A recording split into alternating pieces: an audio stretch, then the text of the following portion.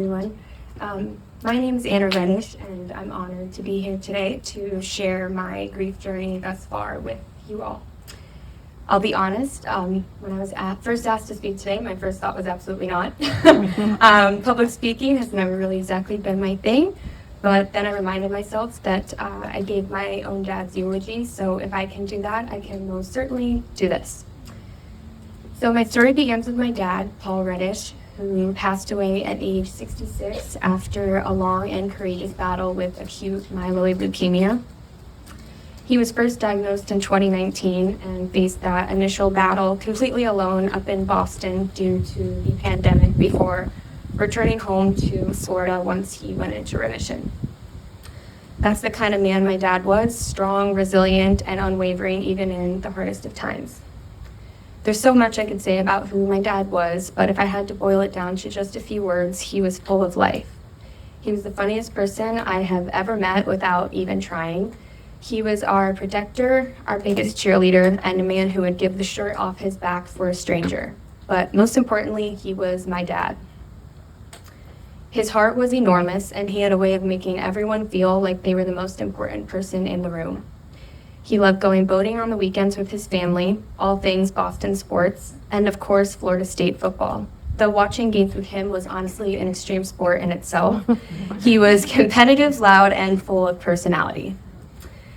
The last few years of my dad's life, especially after the news of him being in remission, were filled with adventure. We traveled, laughed, and made more memories than I could have ever imagined. But in mid-August, he suddenly started feeling sick again. Despite his May scans coming back perfect, on August 23rd, we learned that my dad's cancer was back, and it came back very fast and aggressive. So we packed our bags and flew from Florida to Boston for his treatment. I spent nearly every single day in that ICU room with him, holding his hand, begging for more time. We thought we at least had a year left with him, time to fight again, time to hope. But just 4 weeks later, my dad passed away on September 25th, 2023. I remember walking out of Dana-Farber for the last time, feeling like I was leaving a piece of my heart behind, like I'd never be able to find joy again, let alone smile. For weeks, even months, the world felt dark everywhere I turned. I would catch people looking at me and wonder, don't they know that my dad just died? It felt like everything kept moving while I was stuck in a place of deep sadness and disbelief. That's when HopeHealth came into my life. I remember the first phone call with Olivia like it was yesterday. I was so nervous before my very first session, but once I started, those one-on-ones were incredibly helpful. They gave me a safe space to open up and start processing everything. But after a while, the isolation really started to set in.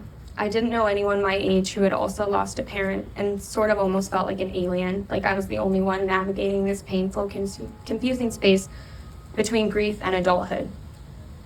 After spending lots of time searching with Olivia for resources for people my age going through a similar experience, we kept coming up empty. That's when the young adult loss of parent group came to life. What started with just me is now a community of nearly 20, a space where we can cry, laugh, share memories, or just sit in silence and feel less alone. Watching the group grow has been incredibly meaningful, but even more powerful are the connections that have formed beyond our sessions. These shared experiences remind us that there's strength in vulnerability and healing in shared pain. HopeHealth didn't just give me a place to grieve, it gave me connection, a voice, and a sense of purpose. And most of all, it gave me hope. If even one person feels less alone because of this group, then everything was worth it, and I sure know my dad would be proud of that. Grief doesn't go away. Every day is still a battle, but I've learned that grief changes with time. Some days it feels like a wave crashing over you. Other days it's a soft ache that you carry quietly. Either way, it's a proof of how deeply you love. After all, grief is just love with nowhere to go. And so I carry my dad with me in everything I do, in how I treat others, in how I laugh, and how I cheer for the Boston teams as loudly as he did. Well, maybe not quite as loud. I now know that my dad's legacy isn't just in the big moments, it's in the quiet ones too. The ones where I choose to be kind or brave or speak up for someone else because that's what he would have done. If you're here today and you're hurting, please know that you're not alone. It's okay to not have all the answers. It's okay to cry in the middle of the grocery store. And it's okay to laugh again too.